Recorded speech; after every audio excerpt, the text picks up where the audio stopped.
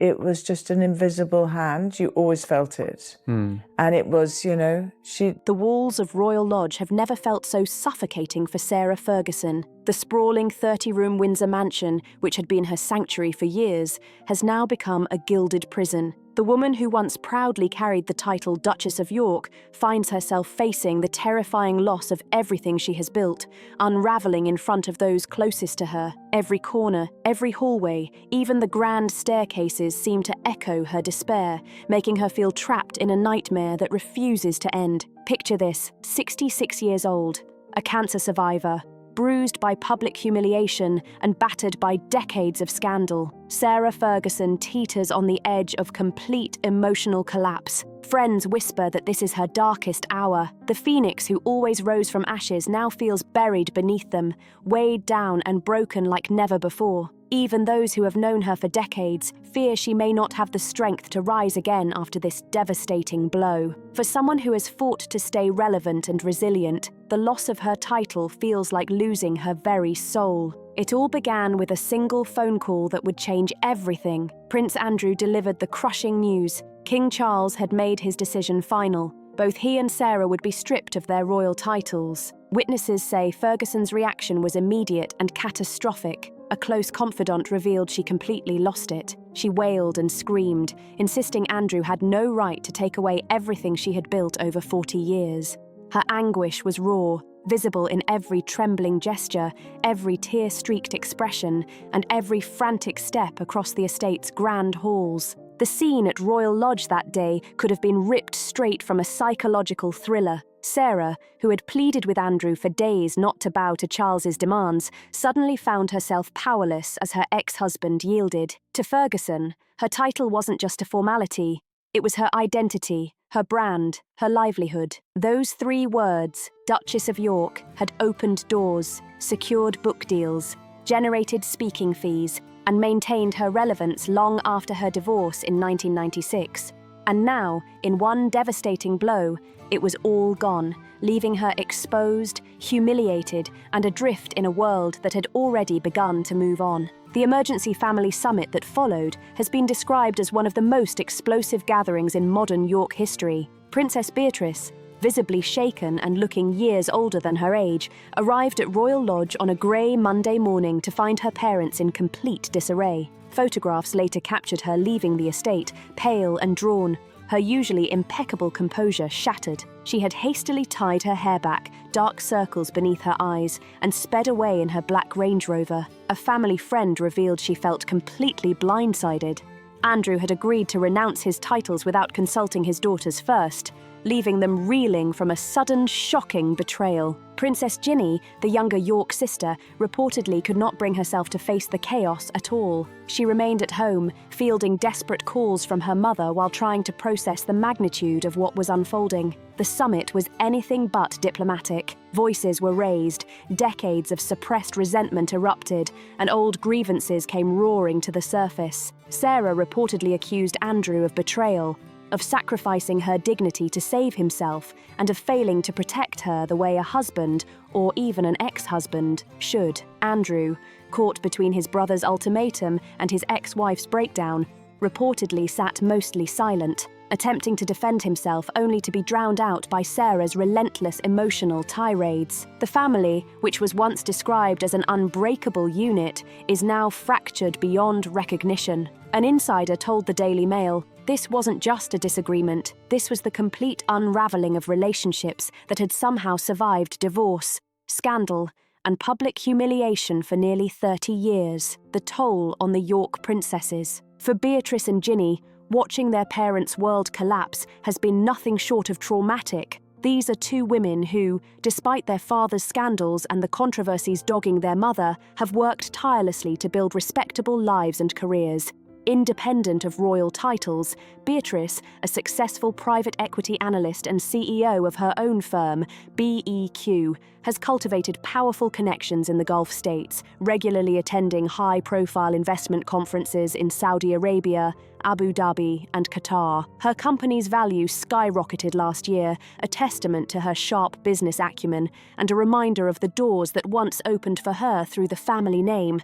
Princess Eugenie, an art gallery director with a genuine passion for her work, has similarly built a respected name in cultural and philanthropic circles, frequently appearing at prestigious events throughout the Middle East and Europe. But now, their parents' latest catastrophe threatens everything they've fought to achieve. Royal officials have reportedly initiated ethics checks on both princesses, scrutinizing every investment and business connection to ensure nothing traces back to their father's questionable associations with controversial figures. It's humiliating, a friend of the sisters confided. These women have done nothing wrong. They have been model representatives of the younger generation of royals, yet they cannot escape being tarred with the same brush as their parents. The sins of the father and mother are being visited upon them. The psychological impact on Beatrice has been particularly visible in the days following the title announcement. She was photographed at a playground with her 2 young daughters, visibly distressed as she spoke on her phone.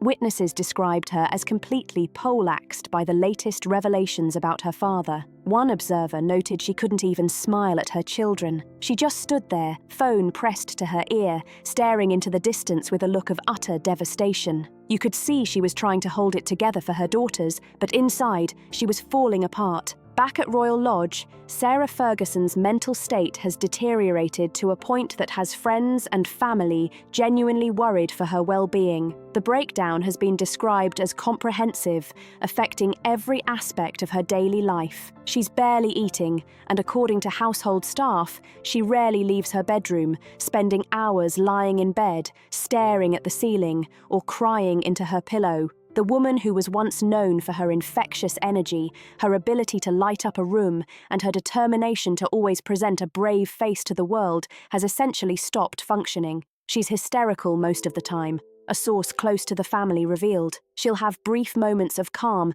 but then something, a book cover bearing her old title, a memory of a charity event she can no longer attend, will trigger her and she'll dissolve into tears again. It's heart-wrenching to witness. Her sister Jane flew in from Australia the moment she heard about Sarah's condition. Friends say Jane has been staying at Royal Lodge, essentially serving as a caretaker, trying to coax Sarah to eat, shower, and even engage with the world outside her bedroom walls. Jane is terrified, another friend disclosed. She's never seen her sister like this. Even during the worst of the scandals in the past, the toe-sucking photos, the financial troubles, the cash-for-access sting, Sarah always bounced back. She always found a way to smile and keep going. But this time, it's different. This time she seems genuinely broken. The timing couldn't be worse. Ferguson is still recovering from her recent battles with breast cancer and malignant melanoma. The physical toll of cancer treatment has left her weak, and combined with the emotional devastation, the Duchess appears to be at her lowest point in decades. Combined with the emotional devastation of losing her title, Sarah Ferguson now faces what mental health professionals would recognise as a perfect storm for psychological breakdown. Adding to her anguish is the loss of her charitable patronages following the email scandal that rocked her reputation and shattered her sense of purpose. Earlier this year, several charities quietly severed ties with Ferguson, a woman who had genuinely devoted herself to charitable work, not just to rehabilitate her public image, but out of true compassion. These rejections cut deeply, leaving her feeling betrayed by everyone she trusted. A confidant explained that the charities abandoned her precisely when she needed support the most, intensifying the sense of isolation and despair. Most painfully, Andrew agreed to give up the titles without consulting her. Even her daughters, while supportive, have had to distance themselves publicly to protect their own reputations. Sarah feels utterly alone. Complicating everything is the reality that her fate has always been inseparably tied to Prince Andrew. Despite their divorce nearly 3 decades ago, they continued living together at Royal Lodge, maintaining what they described as the most modern divorced couple arrangement in Britain. But Andrew's ongoing controversies, allegations, financial questions, and the suspicious origins of the £8 million he acquired in 2005 have made him toxic not only to the royal family, but to anyone associated with him. The latest revelations about Andrew's emails and business dealings have intensified public scrutiny to unbearable levels. Questions swirl about how he continues to afford the upkeep of Royal Lodge, why he isn't paying rent to the Crown estate, and where exactly his money comes from when he received no major inheritance from the Queen or Queen Mother. For Sarah, watching her ex-husband face this level of investigation and public condemnation has been traumatic in itself. Despite everything, she has remained stubbornly loyal to Andrew, defending him even as his own family members quietly distanced themselves. She genuinely loves him, a friend insisted. Not romantically anymore, but there's a deep bond there. She's watched him go from the Queen's favourite son to essentially persona non grata within his own family. It has broken her heart, but that loyalty has cost her dearly. By standing beside Andrew through scandal after scandal, Sarah has ensured that his disgrace becomes hers, his controversies become her controversies, his exile from royal life becomes her exile. Beyond the emotional devastation, Sarah faces a very practical problem: money. For years, she relied on her royal title to generate income. The Duchess of York brand sold books, secured speaking engagements, opened doors to wealthy benefactors, and maintained her lifestyle. Without that title, her earning potential has plummeted. Publishers are reportedly hesitant to renew contracts. Speaking agencies have quietly removed her from their roster. Brand partnerships that once seemed lucrative now appear dead in the water. She's terrified of becoming destitute. An insider revealed she has faced financial trouble before. Remember when she was hundreds of thousands of pounds in debt? She's petrified of ending up in that situation again, but this time without the title to help her earn her way out. The irony is devastating. Sarah had spent the last several years finally achieving some semblance of financial stability. Her children's books had performed well. She had paid off debts. She had built a modest but sustainable income from her projects. And now, at 66, with health issues, a destroyed reputation, and no royal title, all of that is under threat. Her options for rebuilding are severely limited. The royal family's cold shoulder is perhaps the most painful aspect, and perhaps the cruelest reality of all. King Charles, who has made modernising and streamlining the monarchy a cornerstone of his reign, has made clear that there is no place for Sarah Ferguson in the new royal order. Unlike Beatrice and Eugenie, whom Charles has reportedly vowed to protect and support, they remain princesses, and their titles are secure. Sarah, however, has been cast out entirely. She will no longer be invited to royal events. She will not appear on the Buckingham Palace balcony. She will not be included in official family photographs. For a woman who spent her entire adult life trying to stay connected to the royal world, who endured humiliation rather than walk away, who lived with her ex-husband in part to maintain that proximity, this final rejection represents the end of everything she fought to preserve. She feels utterly discarded. A friend said tearfully, 40 years of her life, all the service she gave, all the appearances she made, all the time she bit her tongue and smiled through criticism, none of it mattered. In the end, they threw her away like she was nothing. Royal expert Ingrid Seward offered a harsh but honest assessment to the Daily Mail. Sarah has always been on the periphery of royal life. She was never fully accepted back after the divorce.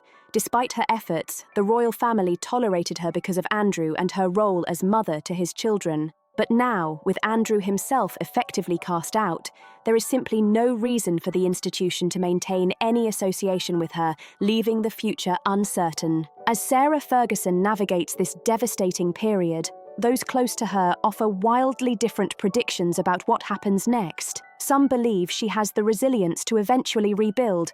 That given time, she'll find a way to reinvent herself once again, perhaps leaning into a narrative of redemption and survival. She's done it before, one optimistic friend insisted. Remember how she came back from the cash for access scandal, how she rebuilt after the financial collapse. Sarah is a survivor. She'll find a way, but others are far less certain. They see a woman who has finally been pushed beyond her breaking point, who has lost not just her title, but her purpose, her identity, and her place in the world. I think we're watching the end of Sarah Ferguson as a public figure, a royal commentator observed. This isn't a scandal she can spin or charm her way out of. This is existential. Without the title, without royal connections, without the brand, she's built her entire post-divorce life around it. Who is she? I'm not sure even Sarah knows the answer to that anymore. The psychological impact of losing one's identity after 40 years cannot be understated. Mental health professionals who spoke on background about similar situations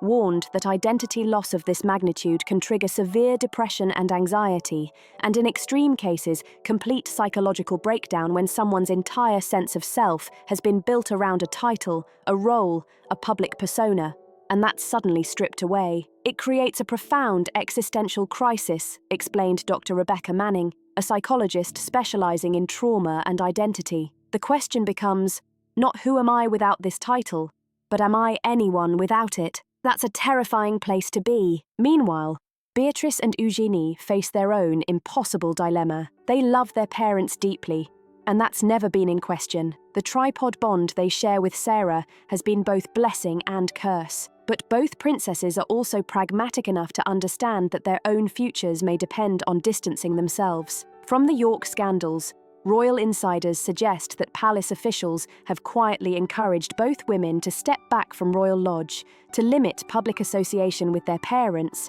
and to build their own brands independently. It's heartbreaking for them. A friend of the sisters revealed they are being forced to choose between loyalty to their parents and protecting their own families and reputations. What kind of choice is that? Some royal experts have suggested Beatrice and Eugenie might ultimately need to follow in their parents' footsteps and relinquish their own titles, not as punishment, but as liberation. By stepping away from their royal designations, they could finally escape the shadow of scandal and build completely independent lives. It would give them freedom. Ingrid Seward argued freedom from their parents' mistakes, freedom from constant scrutiny, freedom to make their own way in the world without the weight of the York name dragging them down. But such a decision would be devastating for Sarah. Her daughter's princess titles represent her last remaining connection to royal life, the final proof that she was once part of that world. If Beatrice and Ginny were to walk away from their titles, it would feel like the ultimate rejection,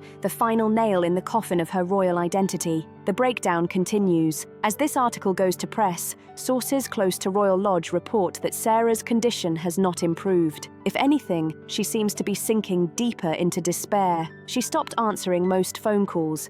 She stopped posting on social media, a dramatic change for a woman who had actively maintained her Instagram and Twitter presence for years. Her most recent Instagram update quietly removed all references to Duchess of York. Where once her profile proudly proclaimed her royal title, it now simply lists her name and her work as an author and philanthropist. It's a small change, but it speaks volumes about her new reality. Friends who have managed to speak with her describe conversations that wander, lacking the focus and energy Sarah once brought to every interaction. She talks about feeling like a ghost, like she's watching her own life dissolve from a distance, powerless to stop it. One friend recalled something she said that really stuck. For 40 years, I've been fighting to prove I belonged, that I deserved to be part of that world. And now I realize it was all for nothing. They never wanted me. They never will. The depression appears to be clinical, not just situational. Several friends have urged Sarah to seek professional mental health support, but so far she's resisted. There is a stigma, particularly among her generation and social class, about admitting to mental health struggles. She sees it as another failure, another weakness to add to the long list of things she's gotten wrong. She doesn't want to be the person who needs therapy, who can't cope, who breaks down publicly. But the truth is, she desperately needs help. Her life is in ruins. Looking at Sarah Ferguson's life trajectory is to witness a particularly cruel form of tragedy. She began as a bright, spirited young woman who captured the heart of a prince. Her wedding to Andrew in 1986 was a national celebration, complete with all the pomp and pageantry the British public adores. For a brief, shining moment, she was beloved. The press called her refreshing, genuine, down-to-earth, a welcome contrast to the more reserved members of the royal family. She seemed to represent a modernisation of the monarchy,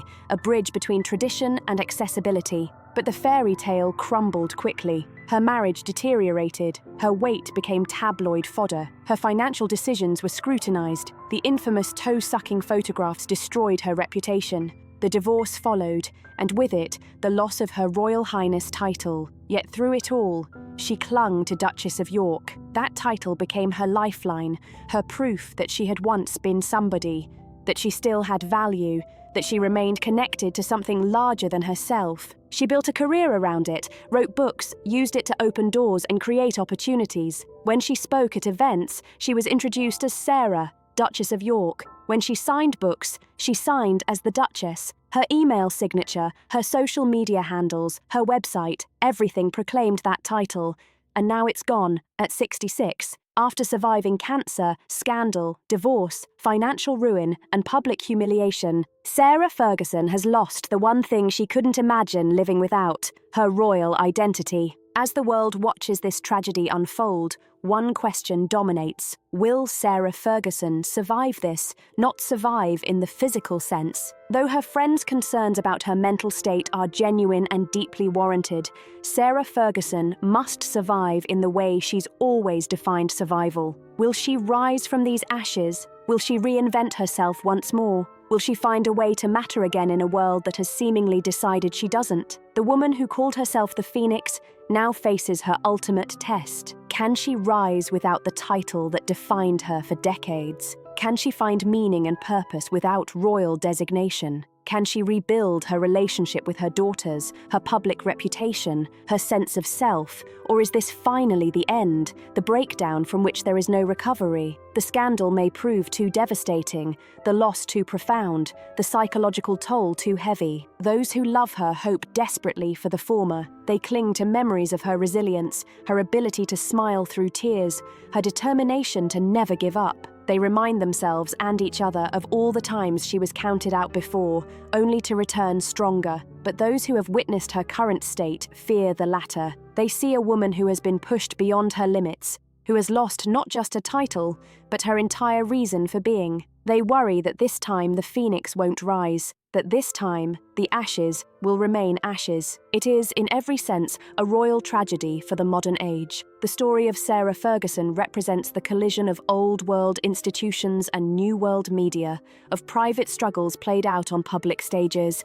She is a woman who wanted desperately to belong to a world that never truly accepted her. Her nervous breakdown, if we can call it that, is not just about losing a title. It's about realizing that 40 years of effort, compromise, and perseverance were ultimately futile. It's about understanding that no matter how hard she tried, how many times she reinvented herself, how determinedly she smiled through humiliation, she was never going to be enough for the institution she loved. And perhaps most painfully, it's about confronting the reality that her loyalty to Prince Andrew, her determination to stand by her ex-husband through scandals that would have driven most people away, has cost her everything she had left. As Sarah Ferguson remains largely confined to Royal Lodge, barely eating, rarely sleeping, and crying through days that blur together in an endless loop of despair, the world watches and wonders. What happens to a duchess who is no longer a duchess? What becomes of a phoenix that can no longer rise? The answers to these questions will determine not just Sarah Ferguson's future, but her legacy. Will she be remembered as the woman who survived everything thrown at her, or as the woman who finally broke under the weight of it all? Only time will tell. For now, inside the walls of Royal Lodge, a 66-year-old woman faces the darkest night of her life, wondering if dawn will ever come again. Join the conversation. Share your thoughts on the latest developments surrounding Sarah Ferguson and Prince Andrew in the comments below. Don't forget to like, subscribe and share for more updates on the unfolding royal saga.